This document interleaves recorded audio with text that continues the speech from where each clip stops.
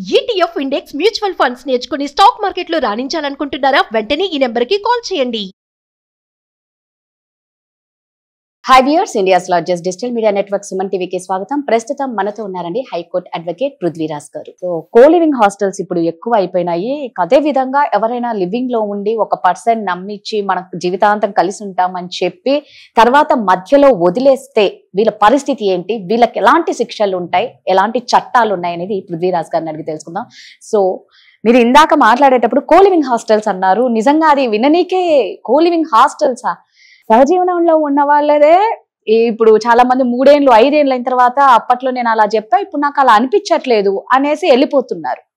మీరు అన్నట్టు ఏవో జాబ్ కోసమో లేకపోతే పెళ్లి చేసుకుంటాడన్న ఆశతోనో అమ్మాయి అబ్బాయితో రెడీగా ఉంటుంది. లాస్ట్ గా అబ్బాయి హ్యాండ్ ఇస్తే ఈ అమ్మాయి పరిస్థితి ఏంటి, వీళ్ళకి ఎలాంటి శిక్షలు ఉంటాయి? ఈ మధ్యన కో లివింగ్ హాస్టల్స్ ఎక్కువ పెరిగిపోయినాయి అమ్మ సిటీస్ లోను. ఈ బెంగళూరులో కల్చర్ ఉంది, హైదరాబాద్ లో కూడా కో లివింగ్ హాస్టల్స్ స్టార్ట్ అయినాయి, ఆల్రెడీ ఉన్నాయి. మన చుట్టుపక్కల ప్రాంతాల్లో కూడా ఎక్కువ కనపడుతున్నారని చెప్పచ్చు. కో లివింగ్ హాస్టల్ అంటే హాస్టల్లో ఏమవుతుందంటే సపరేట్ రూమ్ ఒకటి అకామిడేట్ చేసేస్తారు, ఇద్దరు కలిసి ఉండే రూమ్ ఇస్తారు. అంటే జనరల్గా హాస్టల్లో ఏమవుతుందంటే ఒక 5 4 కలిసి ఉండేటువంటి హాస్టల్స్ ఉంటాయి. ఇది కాకుండా సపరేట్గా కో లివింగ్ హాస్టల్స్లో ఏంటంటే మగవాళ్ళు, ఆడమ్మాయి, ఆడపిల్ల, మగపిల్లోడు కలిసి ఉండొచ్చు. జనరల్గా వాళ్ళు ఏం చెప్తారంటే మేము పెళ్లి చేసుకున్నాం అని చెప్పేసి చెప్తా ఉంటారు. పెళ్లి చేసుకుని మాకేదో ఒక 2 నెలలు ఉందాం అనుకుంటున్నాం, ఇల్లు చూద్దాం అనుకుంటున్నాం అని చెప్పేసి లోపలికి ఎంటర్ అవుతారు. చాలా హాస్టల్స్లో అయితే పెళ్లికి సంబంధించిన డాక్యుమెంటేషన్స్ చూపించాలి, వాళ్ళు అట్లా ప్రవర్తిస్తారు. కానీ ఇప్పుడు తర్వాత వాళ్ళకి వ్యాపారాలు కావాలి కాబట్టి వాళ్ళని నేనేమంటలేదు, డబ్బులు వస్తున్నాయని చెప్పేసి వాళ్ళు ఆక్యుపెన్సీ ఇస్తున్నారేమో. ఇట్లాగా మన ఇద్దరం కో లివింగ్ ఉందాము, లివింగ్ రిలేషన్స్ తోటి ఉందాం అనుకున్న వాళ్ళు బయట ఎక్కడో రూమ్లు అంటే బోర్డు ఖర్చు అవుతుంది, కో లివింగ్లో ఉందాము అని చెప్పేసి ఆ యొక్క కల్చర్ అనేది ఈ మధ్య పెరిగిపోయింది. లివింగ్ రిలేషన్ అన్నది ఏదైతే పెరిగిందో, లివింగ్ రిలేషన్లో ఆడవాళ్ళు చాలా వరకు అన్యాయానికి గురవుతున్నారు. ఎంతవరకు అన్యాయం గురవుతున్నారంటే దీంట్లో 80 to 90% వాళ్ళు పెళ్లి చేసుకోరు. అంటే నాట్ ఈవెన్ 50%, 80 to 90% పెళ్లి చేసుకోరు. పెళ్లి చేసుకోవట్లేదంటే ఆడవాళ్ళు అక్కడ అన్యాయం జరుగుతుంది. ఆడవాళ్ళకి ఏమవుతుందంటే ఆడేదో పెళ్లి చేసుకుంటాడనో, లేకపోతే భవిష్యత్తు చూపిస్తాడనో, లేకపోతే ఉద్యోగం ఇప్పిస్తాడనో, ఒక సానుభూతితోటో లేకపోతే ఒక కమిట్మెంట్ తోటో అమ్మాయిలు వెళ్ళి దాంట్లో ఉంటాం. అండ్ కొన్ని చోట్ల ఏమవుతుందంటే వాడు పెళ్ళైన స్టేటస్లు కూడా చెప్పరు. వాళ్ళు అబ్బాయికి పెళ్ళైన సంగతి కూడా చెప్పకుండా వాడు కో లివింగ్లోనో లేకపోతే లివింగ్ రిలేషన్లో ఉంటాడు. దీనికోసం 2024 మన ఐపీసీ అమెండ్ అయ్యి బిఎన్ఎస్ వచ్చిన తర్వాత దీనికోసం స్పెసిఫిక్గా ఒక సెక్షన్ తీసుకొచ్చారు, సెక్షన్ 69 ఆఫ్ ఐపీసీ అని చెప్పి. ప్రీవియస్లో ఏమవుతుందంటే ఈ రకంగా వ్యవహరించిన దాంట్లో 376 ఐపీసీ ఉండేది. దాంట్లో ఏంటంటే మానభంగం జరిగిన అమ్మాయిలకి ఇచ్చే ప్రొటెక్షన్ అది, దానికి వాళ్ళకి ఇచ్చేటువంటి మానభంగం చేసిన వాళ్ళకి ఇచ్చేటువంటి పనిష్మెంట్ కింద life and hanging till 20 years of punishment, life long punishment ఉండేవి. కానీ ఇక్కడ ఏమైందంటే కొంచెం దాంట్లో చిక్కు వచ్చి పడింది. జనరల్గా మానభంగం అనేసరికి ఏమవుతుందంటే అమ్మాయికి ఇష్టం లేకుండా జరిగేటువంటి ఒక ప్రక్రియ అని చెప్పేసి మనకి తెలిసిన విషయం. ఆ మానభంగం ఇష్టం లేకుండా కాదు, ఇష్టపడి చేసిన వాళ్ళకి, మోసపోయిన వాళ్ళకి ఒక 376లో వాళ్ళ ప్రొటెక్షన్ లేదు. ఎందుకంటే సెక్షన్ 91 ఆఫ్ ఐపీసీలో ఏంటంటే కన్సెంట్ ఇచ్చినప్పుడు 3 భాగాలు అయితే కాకుండా కన్సెంట్ ఇస్తే కన్సెంట్ ఇచ్చినట్టే లెక్క చెప్పమంటారు.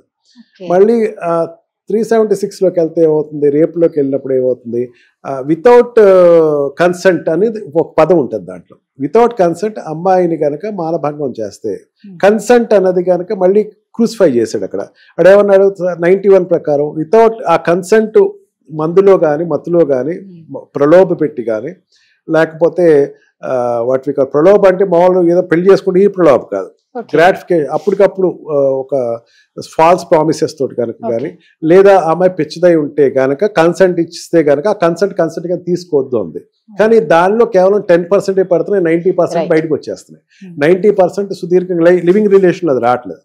దీనికోసం ఏం చేశారంటే ప్రస్తుతం ఉన్నటువంటి సెంట్రల్ గవర్నమెంట్ దాని గురించి చాలా అనేకమైన జడ్జిమెంట్స్ చూసి, సుప్రీంకోర్టు ఇచ్చిన జడ్జిమెంట్స్ చూసి పెరుగుతున్నటువంటి ఒక ఈ లివింగ్ రిలేషన్ అనేటువంటి లేకపోతే కో లివింగ్ అనేటువంటి ఒక మన కల్చర్ కానిటువంటి కల్చర్ ఎస్టాబ్లిష్ అవుతుందని గ్రహించి సెక్షన్ 69 తీసుకొచ్చారు. 69 ప్రకారం ఏంటంటే ఏదైనా అమ్మాయి అబ్బాయితోటి ఎప్పుడో రిలేషన్ కంటిన్యూగా ఉంటా ఇష్టపడిందంటే దేనికోసం అంటే 2 విధాలుగా. ఒకటి ఉద్యోగం వస్తుందనో లేకపోతే పెళ్లి చేసుకుంటాడనో ఆ భ్రమలో గనక అతన్ని తనను సమర్పించుకుంటే గనక ఆ చేసినటువంటి అనాలోచనమైనటువంటి చర్యకి ప్రొటెక్షన్ ఇచ్చింది.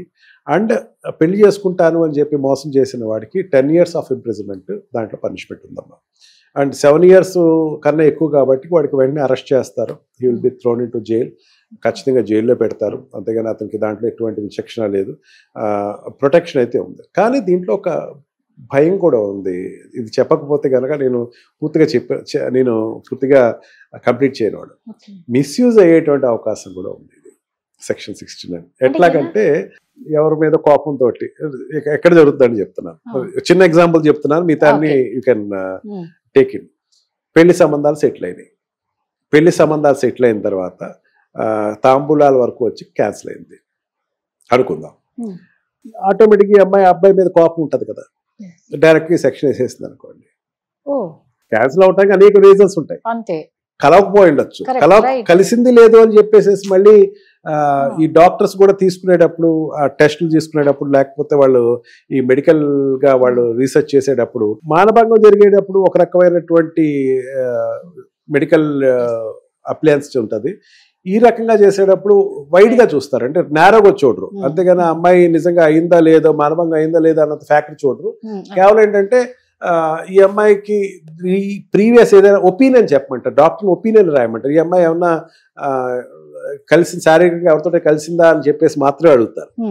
అవును కలిసి ఉండొచ్చు అని ఒపీనియన్ రాస్తే కనుక, డాక్టర్ రాస్తే కనుక పాపం అమాయకంగా వచ్చినటువంటి ఆ క్యాన్సిల్ అయిపోయినటువంటి ఆ వరుడు ఎవడే ఉన్నాడు అతను బుక్ అయిపోతాడు. అదొకటి. ఉద్యోగం ఇప్పిస్తా అని చెప్పేసి 4-5 సార్లు తిప్పుకున్నాడు అనుకుందాం. అతను నిజంగా పాప కలిసి లేడు, కోలివింగ్ లో లేడు. ఆ అమ్మాయి కోపంతో పెట్టేసింది అనుకోండి, అప్పుడేమైపోతుంది సెక్షన్. ఇట్లాగమ్మా కొన్ని సెక్షన్స్ ఈ రకంగా మిస్యూజ్ అవుతానే ఉంటాయి మనకి. ఇది 498A ఉంది, ఇప్పటి నుంచి మనం చేసుకుంటే చర్చ కూడా అదే. 498A చాలా వరకు మిస్యూజ్ జరుగుతుంది. ఆడవాళ్ళు ఏదైనా చిన్న గొడవ వచ్చినా పోలీస్ స్టేషన్కి వెళ్ళి 498. ఆ రకంగా కూడా ఈ సెక్షన్ లో వెళ్ళే ప్రమాదం అయితే ఉంది. కానీ ప్రమాదం ఉంది కదా అని చెప్పి సెక్షన్ తప్పు పట్టాల్సిన అవసరం లేదు. ఖచ్చితంగా ఈ సెక్షన్ అనేది ఈ ఉద్యోగాలు చేసే ఆడవాళ్ళకి కానీ మోసపోతున్నటువంటి ఆడవాళ్ళకి కానీ పెద్ద ప్రొటెక్షన్ కింద చెప్పచ్చు. సూపర్.